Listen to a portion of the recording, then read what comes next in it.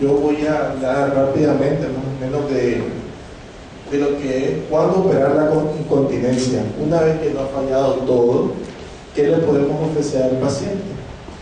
Ya ha hablado el doctor Heimann que ningún procedimiento quirúrgico hasta ahorita para incontinencia es perfecto. La incontinencia es la pérdida de la capacidad de controlar voluntariamente la evacuación del contenido intestinal, ya sea ese o gas, más o menos un mes. Muchas diarreas crónicas, 50% es por incontinencia anal. Entonces hay que investigarlo. El 50% de los pacientes que tengan asilo en Estados Unidos sufren de incontinencia. Entonces la prevalencia se desconoce todavía.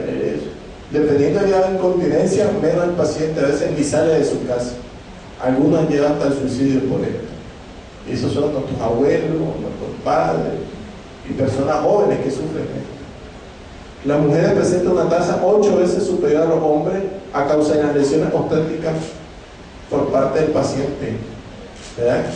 Que hasta 12 hijos tenían desgarros perineales, se reparaban localmente. Cuando hay un desgarro grado 3, grado 4, debe ser en quirófano. Por lo menos ya revisar que es una lesión.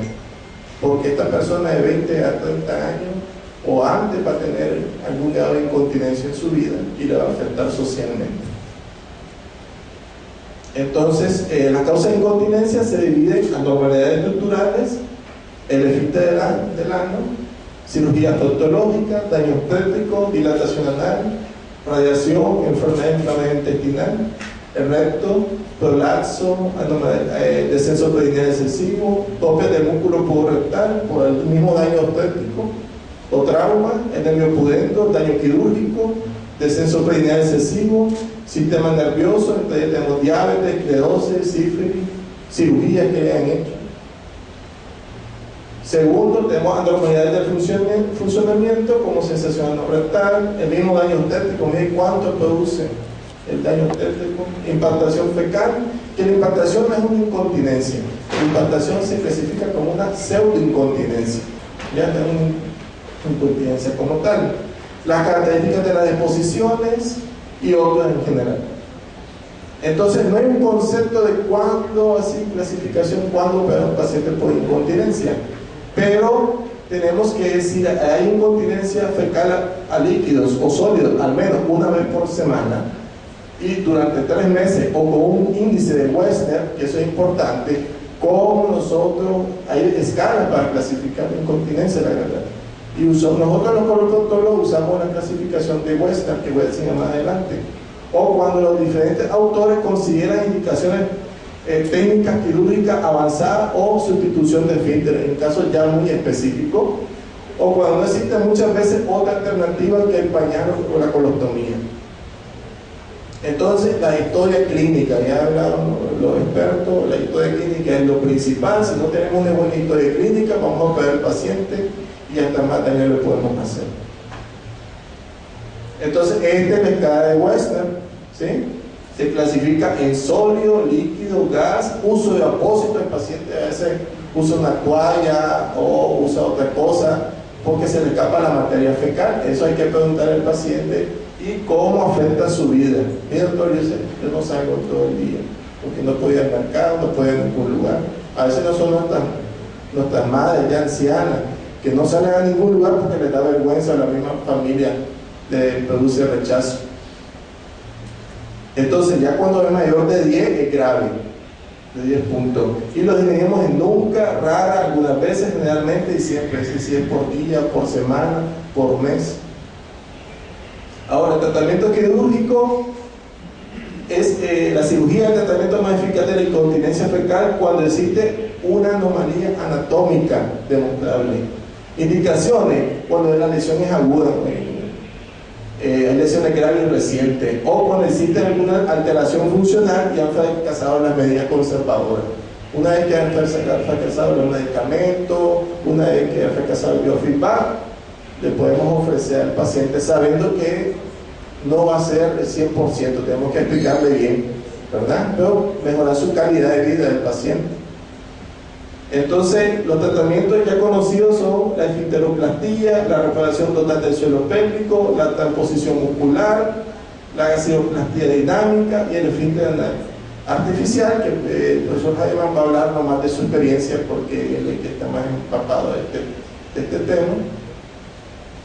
La esfinteroplastía, ya habían dicho que si hay una lesión ya demostrada por el ultrasonido endoanal de mayor de 120, no va a tener una buena resolución, a veces están asociados a daños neurológicos. Los mejores resultados se tienen en esfinteroplastía anterior y los mismos disminuyen en la posterior. En las lesiones obstétricas, aunque a corto plazo el resultado es bueno, 60-70% a corto plazo, pero con el tiempo se va a reducir a un 50%. Síntomas que se pueden asociar a la esfinteroplastía: el paciente tiene evacuación incompleta o obstructiva, necesidad de enema, digitación. Hay dos tipos de técnicas que se usan: traslapar el esfínter, ¿verdad? Hay que esperar que haya una buena cicatrización, traslapar el esfínter, disecar 2 centímetros, ¿ya? No más de 2 centímetros porque quitamos circulación y podemos provocar lesión nerviosa también, o hacer una unión término-terminal de ambos cabos, ¿ya? Hay muchos estudios prospectivos que no demuestran diferencia entre ninguno de los dos. Lo único es el tipo de punto que se da, un punto en U, y aprovechando la cicatriz para unir los cabos. Entonces, hay un buen libro de trauma obstétrico que me llamó la atención, que en ese instituto, ¿verdad?, que tienen hasta una maqueta donde practican los residentes de ginecología cómo reparar un esfínter. Entonces tenemos en el lado aquí tenemos la cicatriz. Miren, de la cicatriz está pegado, ahí se ve la lesión que está separado del músculo del periné, el esfínter externo, hay una cicatriz aquí identificamos los cabos. Ya, acordamos que nosotros con el ectocauterio, porque el esfínter interno no se estimula con el ectocauterio. Entonces, con el ectocauterio a veces vemos cómo se contrae el músculo, buscamos las cápsulas, la cicatriz. Hay que estar empapados de anatomía porque hay un daño viejo, prolongado que tiene ahí el paciente. Entonces, aquí vemos, una vez que identificamos los cabos, ya los traslapamos uno sobre otro con un punto en U, para que no se vayan. Aquí identificamos, ¿verdad?, los cabos del esfínter externo, ¿ya?, y lo traslapamos. No debe ser una disección de más de 2 centímetros, ¿ya? ¿Qué hilo usamos nosotros? Usamos PDS 2.0 o Vicryl. De rápida absorción no hay que utilizarlo. Le ponemos profilaxis, metronidazol o cefazolina. Lo preparamos al paciente mucho antes, no queremos que evacúe inmediatamente, y lo recomendado se puede usar laxante para que evacúe, pero el laxante consigue un plántano, los dos mezclados, para que evacúe suave, si queremos ya que comience a evacuar. Eso es lo que yo he investigado en la bibliografía, en los pacientes que tenían que darle. Le ponemos una sonda Foley para que no haga esfuerzo. Realmente a nosotros, nuestra experiencia, nos hace mucha diligencia, pero de la herida superficial, ya no profunda. Hemos tenido eso, ya que hay mucha tensión. Tenemos que hacer no solo reparación del esfínter externo, a veces reconstrucción de la vagina y el periné para que se forme bien. Entonces la herida que queda con mucha tensión. Las complicaciones más comunes de este tipo de cirugía es la infección. Si tenemos duda de infección, es mejor abrir la herida, porque el mayor riesgo es que vuelva otra vez a hacerse la separación, la dehiscencia total o la fístula rectovaginal, que eso debe haber una cirugía y un problema al paciente porque ahora está evacuando por la vagina. ¿Ya? No es necesario, está demostrado que no se necesita para estas reparaciones colostomía, no es necesario. A veces nosotros hacemos estas reparaciones asociadas a otras enfermedades como fístulas que tienen asociadas. Es decir, a veces nos viene un combo en estos casos. Entonces, vemos aquí, estos son, yo saqué fotos de un libro muy bueno de trauma ginecobstétrico. Ahí vemos un desgarro grado 3, en el cual están separados los cabos aquí. Se identifica, miren, está no sé si se puede identificar que entre la pinza está la cápsula del esfínter externo y está la cápsula esto, y hacemos la sutura. Aquí, esta es una maqueta donde se practica este tipo de procedimiento. Esto sucede en países europeos donde la cesárea no es como en otros países, pues es tan elevada y hay casas maternas, pero se produce de carro, aunque se hagan las maniobras. Yo le explico a los pacientes cuando es de carro perineal, aunque usted haga las maniobras, nunca es 100%. ¿Ya? Entonces, ¿qué tenemos nosotros? Tenemos que, según los estudios que han visto desde el 96 al 2006, es excelente reparar a un paciente con una lesión, con incontinencia. Si tiene la lesión y no manifiesta incontinencia, no, mejor no lo reparemos o lo manejamos médicamente. No hay que correr porque la efectividad no es 100%, son 5 años de efectividad y vemos cómo va bajando después a 20, 31. No tenemos en estos pacientes un buen pronóstico. Pero si le damos a largo término, ya no es tan excelente, ya disminuye casi un 60%, ya va bajando a un 48, 62, 60, 50%, y en 10 años no tenemos mucho que ofrecerle. ¿Sí? Preparación del piso pélvico. Esto casi no lo usamos, este es como un flap casi que se usa, es reparar indicado en pacientes con incontinencia idiopática o neurogénica sin defecto de esfinteriano cuando han fracasado los tratamientos. El éxito es bajo del 35%, la mortalidad es de 0 y la morbilidad es 4%. Consiste en ir a la parte posterior, disecar hasta la fase guardería del esfínter externo e interno y hacer la aplicación de los músculos pubertales, como un flap, una válvula. Se ha visto que los que tienen más beneficios, claro, son los pacientes con historia de múltiples partes porque son muy distóxicos o hay una diástasis del espacio. Aquí vemos la aplicatura y queda cerrado como un flap, una válvula. Vemos que hay un mejoramiento, claro, si está bien indicado, de un 88%, pero no todos logran una continencia completa, no es completa lo que se logra. Transposición muscular, en el cual se agarra un músculo, ya, voy aquí, en el cual es la dinámica, en el cual se ponen unos electrodos especiales, se agarra el músculo de Gracili, ya que es un músculo que va a llevar del pubis, la rama del pubis, hasta el fémur y parte de la tibia, que es el encargado de flexionar la pierna y aducirla.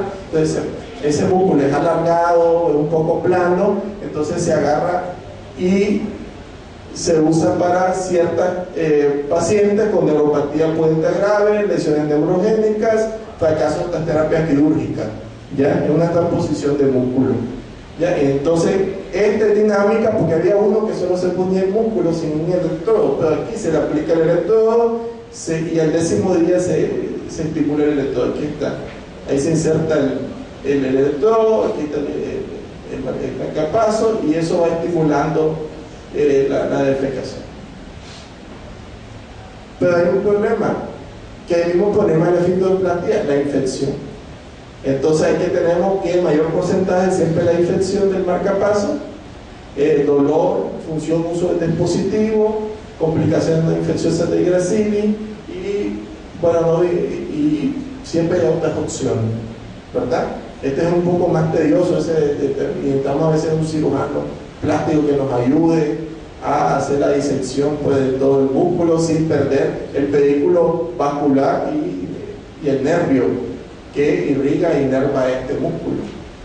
Ahora, voy a hablar rápidamente de las otras opciones, que el doctor Jaime nos va a hablar de esto, de su experiencia.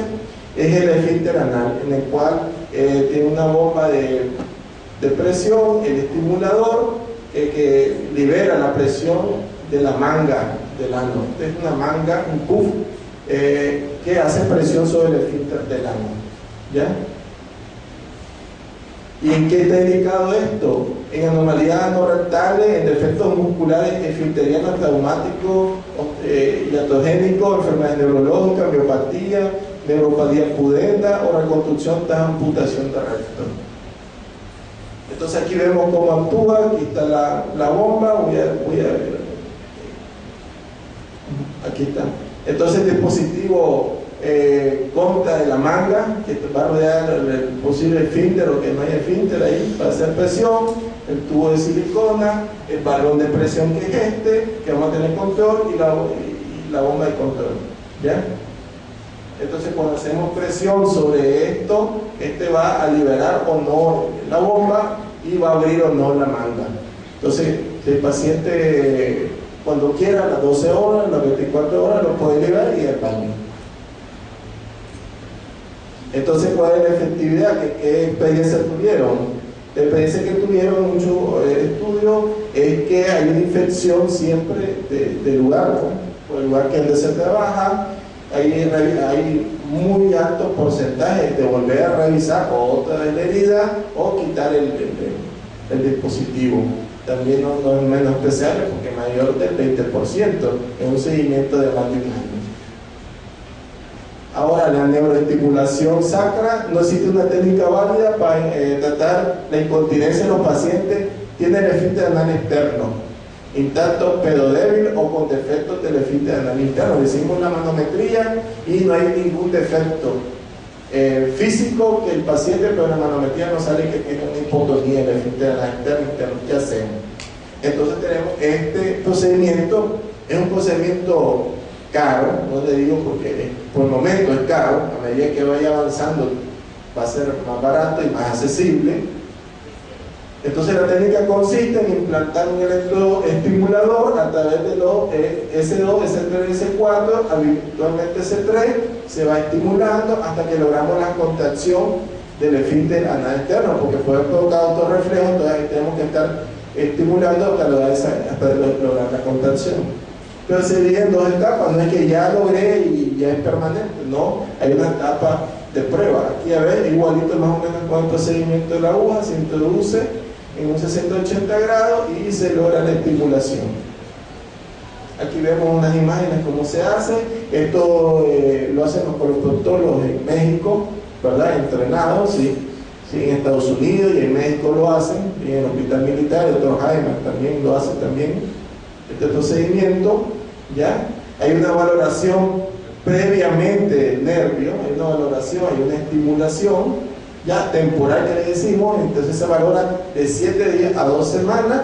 Si hay un aumento de la mejoría en incontinencia mayor del 50%, entonces sería la estimulación permanente. Aquí vemos cómo está la estimulación, ahí están los dispositivos que se usan. Esto fue aprobado ya por Estados Unidos en 1999 y inicialmente fue para la incontinencia y después 2006 para la incontinencia fecal. Entonces los criterios de inclusión, ¿cuáles son? ¿Qué pacientes van a responder bien? Incontinencia fecal o líquida o sólida al menos una vez por semana durante 3 meses. Integridad del esfínter anal externo. Pacientes psicológicamente estables, eso es importante.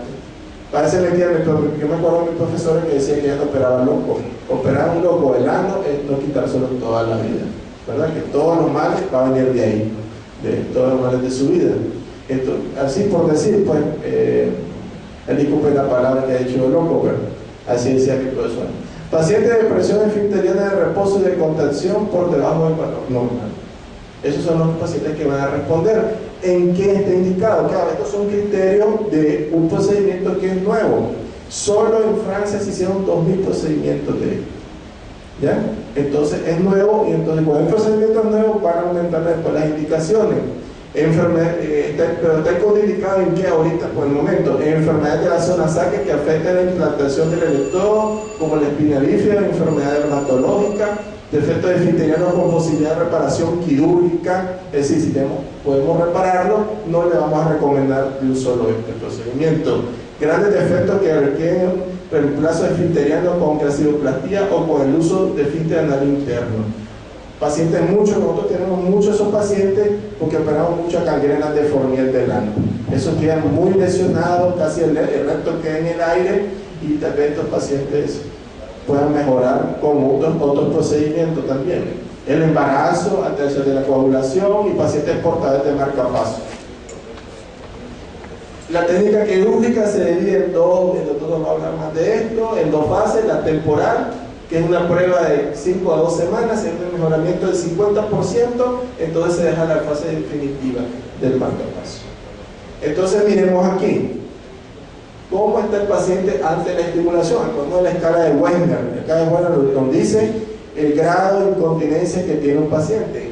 Son pacientes que tienen de 9 puntos, 8.3 hasta 11. ¿Qué pasó con la temporal? Miren la reducción que hubo, a 1.5 a 0. ¿Bien? En una revisión de 7 días después. Y la permanente fue más radical el cambio, ¿verdad? Y el seguimiento fue un buen seguimiento de más de 1. Entonces, al final tenemos los dos, la sacoestimulación y tenemos también el esfínter anal artificial. Miramos cómo el paciente mejora de 9 puntos. Estas son las escalas. Hay escalas que tenemos que se miden en los estudios, tanto Wenger como las escalas físicas y emocionales del paciente, y miramos que hubo un buen resultado en los dos, fue bien significativo. Entonces, para resumir esto, ¿cuál puede ser un algoritmo de manejo? Lesión anatómica, esfinteroplastía. Funciona reforzar, ya con biofeedback está demostrado que tienen que ir los dos siempre. ¿Ya? Eso es lo que recomienda la Asociación de Doctores.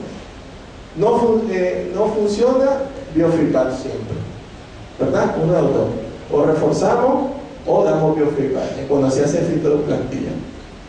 La lesión demasiado grande, entonces una vez que ya se da biofeedback pero no funciona, ahí hacemos la prueba de sacoestimulación eficaz, se hace el implante. Se hace el biofeedback, se hace la prueba, pero no funciona, tenemos el esfínter anal artificial de gaseoplastía. Igual, si es demasiado grande el defecto, también se hace el esfínter anal. Fracasó todo eso, que no tenemos nada más que ofrecer. El paciente quiere colostomía, le hacemos colostomía.